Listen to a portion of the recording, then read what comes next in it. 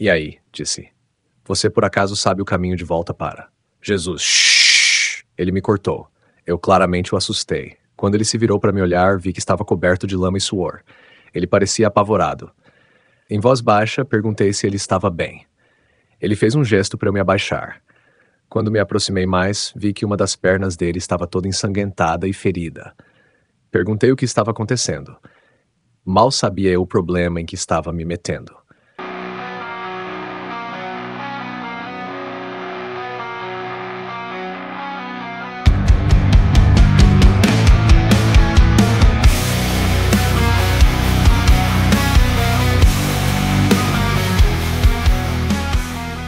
O coiote. Eu e um colega de trabalho estávamos dirigindo pelo norte do Arizona, na rodovia 89, entre Flagstaff e Page. Era tarde, por volta das 2 da manhã. Tínhamos acabado de sair do turno noturno. Na estrada deserta, notei um par de olhos brilhando à frente, iluminados pelos faróis. Imaginei que fosse algum animal no meio da estrada. Para não atropelá-lo, tirei o pé do acelerador e reduzi a velocidade para desviar. Quando chegamos mais perto, percebi que não era só um animal. Havia 4 ou 5 deles. Eram coiotes, ou talvez cães, reunidos ao redor de algo no meio da estrada. Mas havia algo estranho com todos eles. Quando nos aproximamos, todos levantaram a cabeça e nos olharam. Seus rostos estavam distorcidos, deformados, como se as feições não estivessem no lugar certo. E o que eles estavam cercando parecia ser um coiote morto, todo ensanguentado e torto, como se tivesse sido atropelado. Quando passamos por eles, meu colega de trabalho disse que um dos coiotes estava nos seguindo. Olhei pelo retrovisor e, de fato, um deles estava correndo atrás do carro, saindo do acostamento. Conforme acelerávamos, o coiote aumentava a velocidade também. Pisei fundo no acelerador e foi então que vi algo que me fez gelar. A criatura ensanguentada se levantou nas patas traseiras e começou a correr em pé, acompanhando a velocidade do carro. Parecia menos um animal e mais algo humano. Como ele estava correndo tão rápido, eu não fazia ideia. Ele continuava vindo em nossa direção, mas à medida que aumentávamos a velocidade, conseguimos deixá-lo para trás.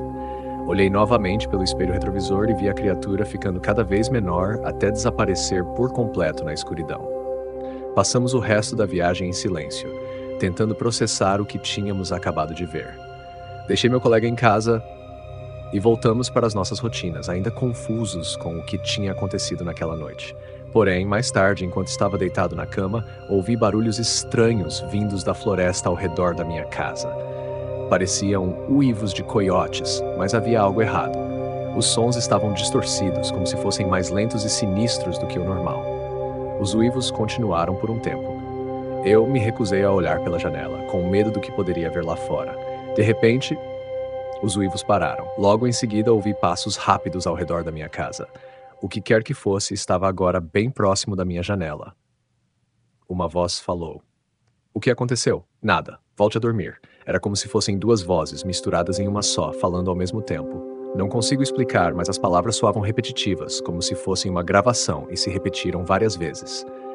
Enquanto isso, um zumbido horrível tomou conta dos meus ouvidos, ficando cada vez mais alto, quase insuportável.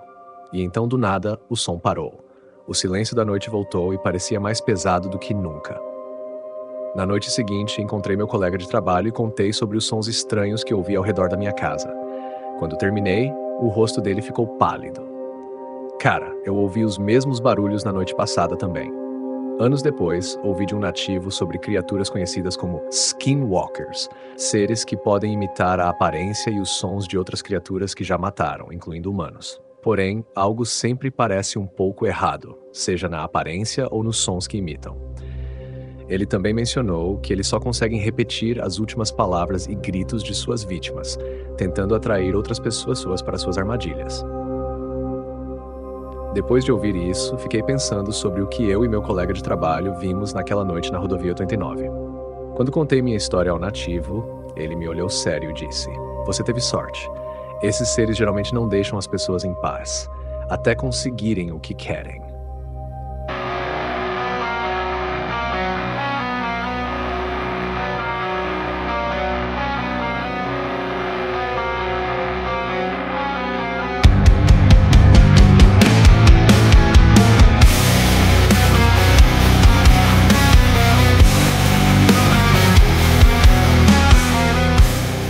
Introdução. Este vídeo é a parte 2 da minha série de terror americana, onde estou narrando uma história assustadora de cada estado dos Estados. Certifique-se de assistir ao primeiro episódio se ainda não o fez. Um grande obrigado a todos que enviaram suas histórias por e-mail. Se você quiser que eu considere ler uma história do seu estado, você pode encontrar meu e-mail na descrição abaixo. Com tudo isso dito, aproveite a parte 2. Parte 2. Eu não me faço de santo, e algumas das minhas decisões nesta história podem fazer alguns de vocês acharem que eu fiz a coisa errada.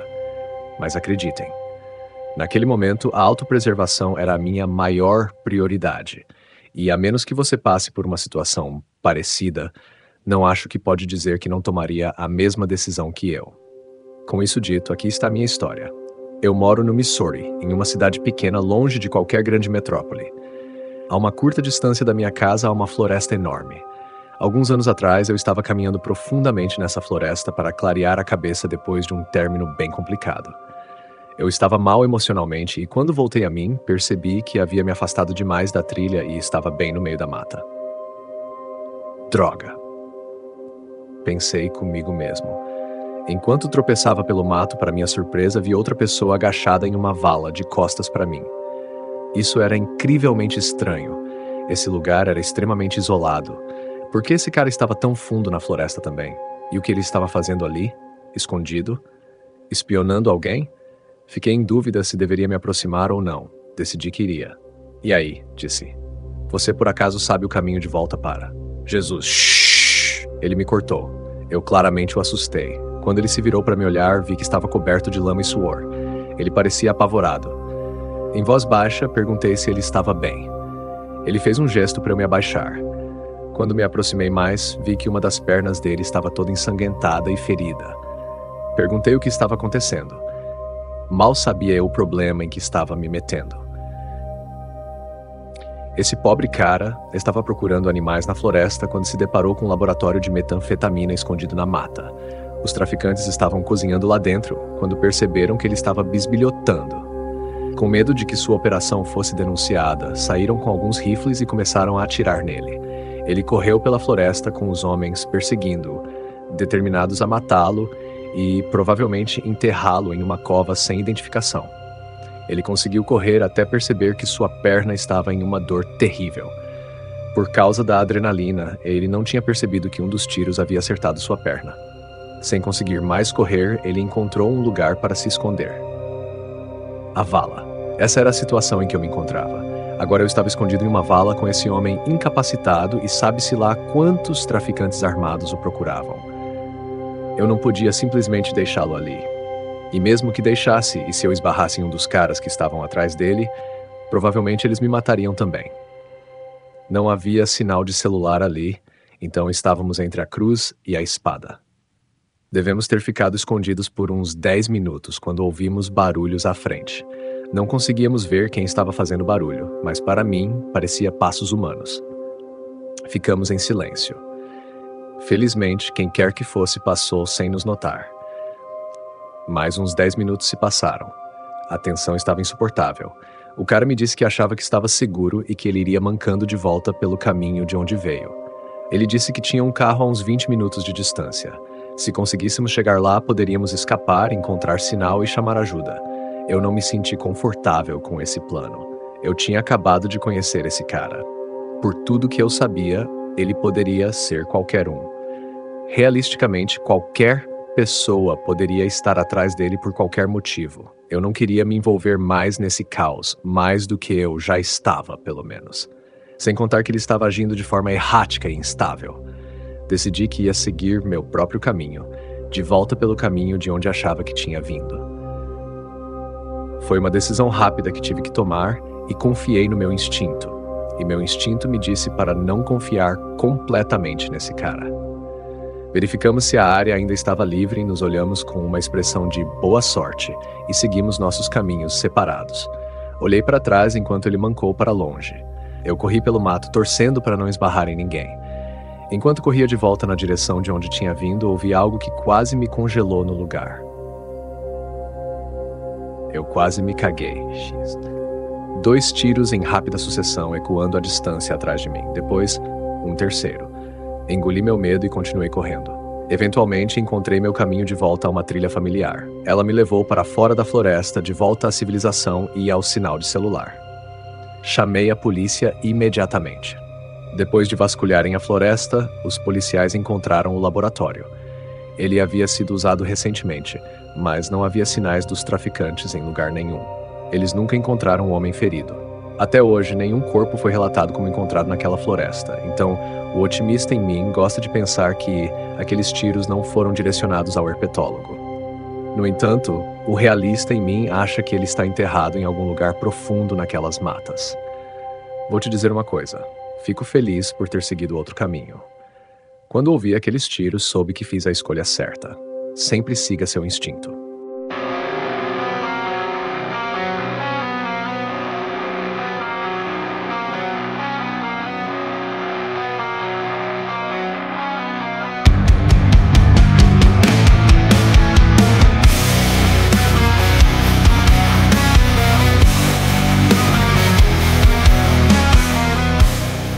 Tom Esfolado. Onde eu moro, no leste semi-rural do Tennessee, temos nossa própria versão do Freddy Krueger.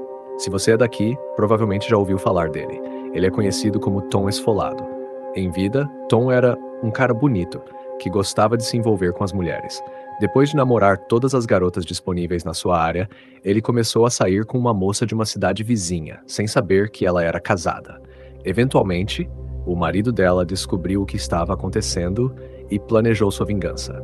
Ele disse à esposa que ia sair da cidade no fim de semana, mas em vez disso se escondeu na floresta atrás da casa deles.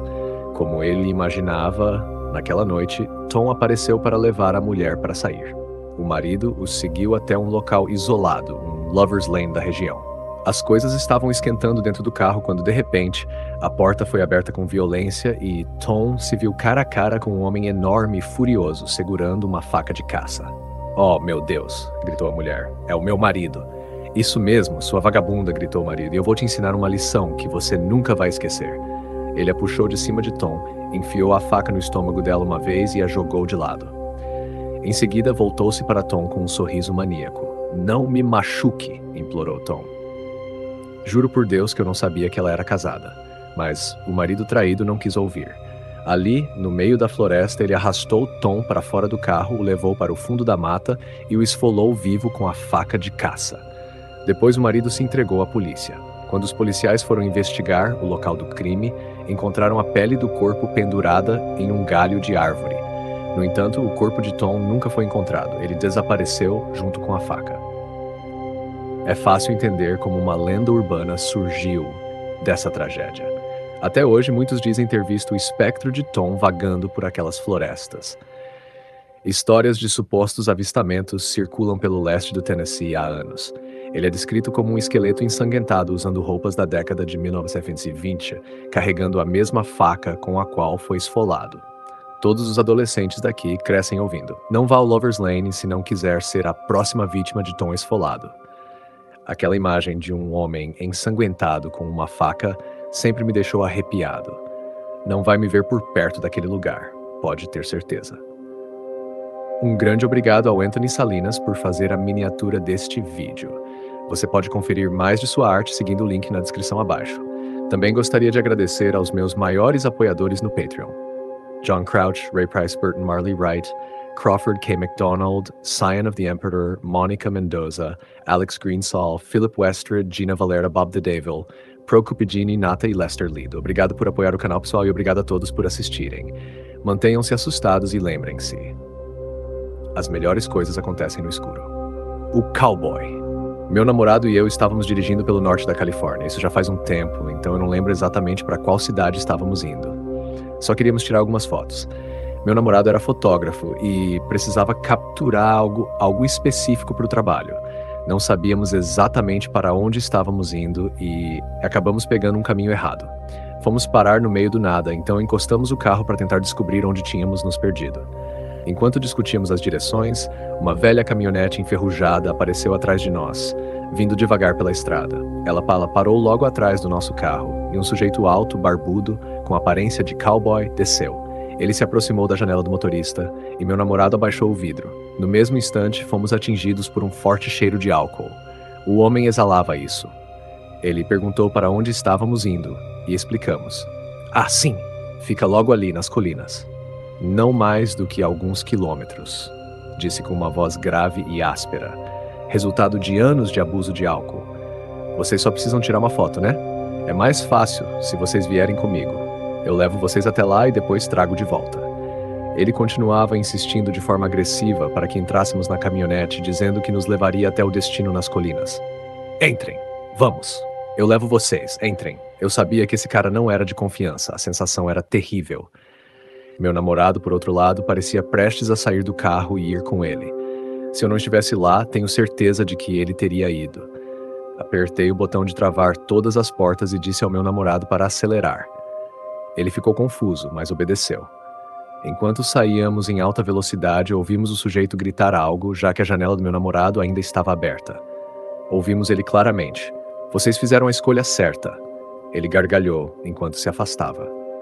Logo descobrimos que nosso destino ficava a cerca de 20 milhas na direção oposta, não nas colinas, como o homem tinha dito. O que ele tinha planejado para nós lá em cima. Prefiro não pensar muito nisso. Essa história me lembra a mulher da sacola.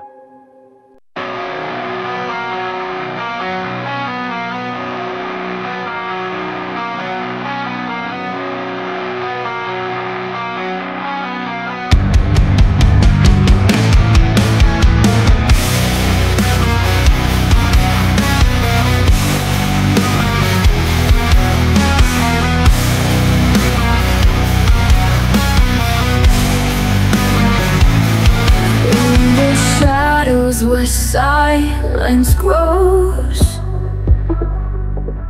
every heartbeat whispers low.